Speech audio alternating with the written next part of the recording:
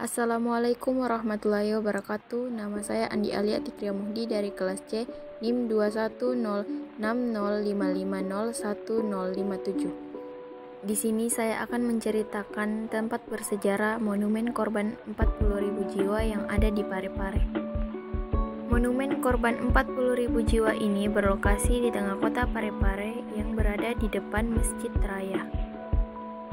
Monumen ini saksi bisu salah satu kekejian penjajahan Belanda di Sulawesi, di mana saat itu mereka membantai banyak rakyat dari anak-anak sampai dengan orang tua.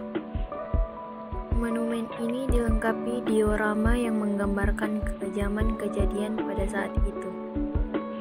Seperti yang kita lihat di dinding yang berlukiskan kisah pejuang kemerdekaan Indonesia yang ditembak pada saat itu.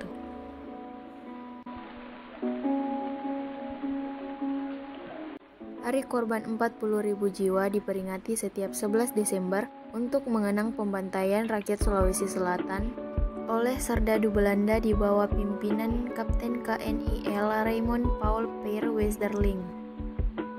Aksi brutal Belanda itu dimulai pada 11 Desember 1946 setelah Letnan Gubernur Jenderal Hindia Belanda Van Mook memaklumkan keadaan darurat perang di sebagian besar daerah Sulawesi Selatan, meliputi kota Praja Makassar, Afdeling Makassar, Bantaeng, Parepare, dan Mandar. Atas perintah Jenderal S. Por, Panglima KNIL di Jakarta, maka Komandan KNIL di Sulawesi Selatan, Kolonel H.J. de Vries mengeluarkan surat perintah harian pada 11 Desember 1946 kepada seluruh jajaran tentara Belanda di bawah komandonya agar serentak menjalankan operasi pengamanan.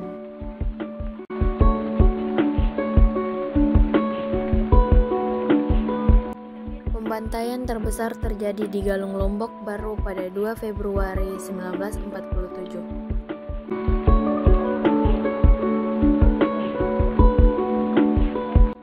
Beberapa tokoh pergerakan kemerdekaan Indonesia ditodong dan bahkan ditembak mati.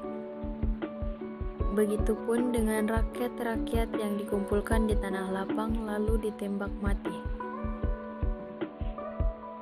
Tidak ada laporan resmi jumlah korban, tapi pemerintah Republik Indonesia menyatakan ribuan orang tewas di tempat itu.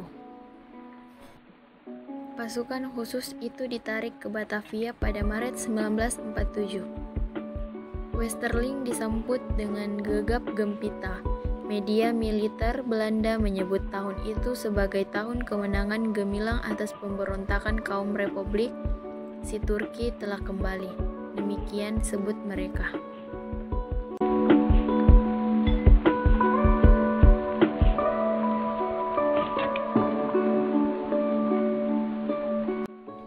Di tahun yang sama, delegasi Republik Indonesia berpidato di hadapan Dewan Keamanan PBB.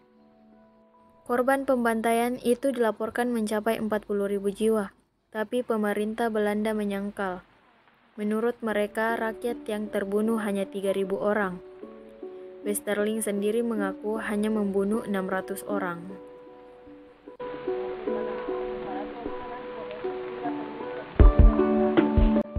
Monumen ini terdiri di wilayah yang asri dan rapi. Terdiri dari bangunan yaitu monumen disertai relief pada dindingnya. Di tempat inilah salah satu aksi pasukan Westerling dilakukan. Pada masa itu, korban-korban lain dikuburkan di tempat-tempat mereka dibantai, menyebar di beberapa daerah seperti Kabupaten Baru, Sidrap, Enrekang, dan Kota Parepare.